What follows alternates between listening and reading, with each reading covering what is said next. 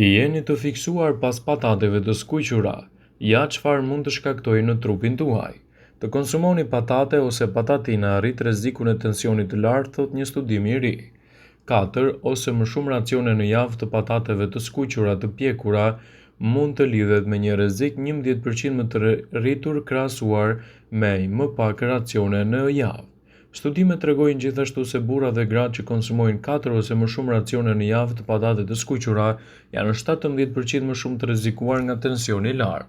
Por patatet krokante nuk kanë në këto efekte, thotë studimi botuar në British Medical Journal. Shkencëtarët kanë vënë re se zvendësimi një racioni ditor patate me një racion perimesh ul me 7% rrezikun e tensionit të gjakut.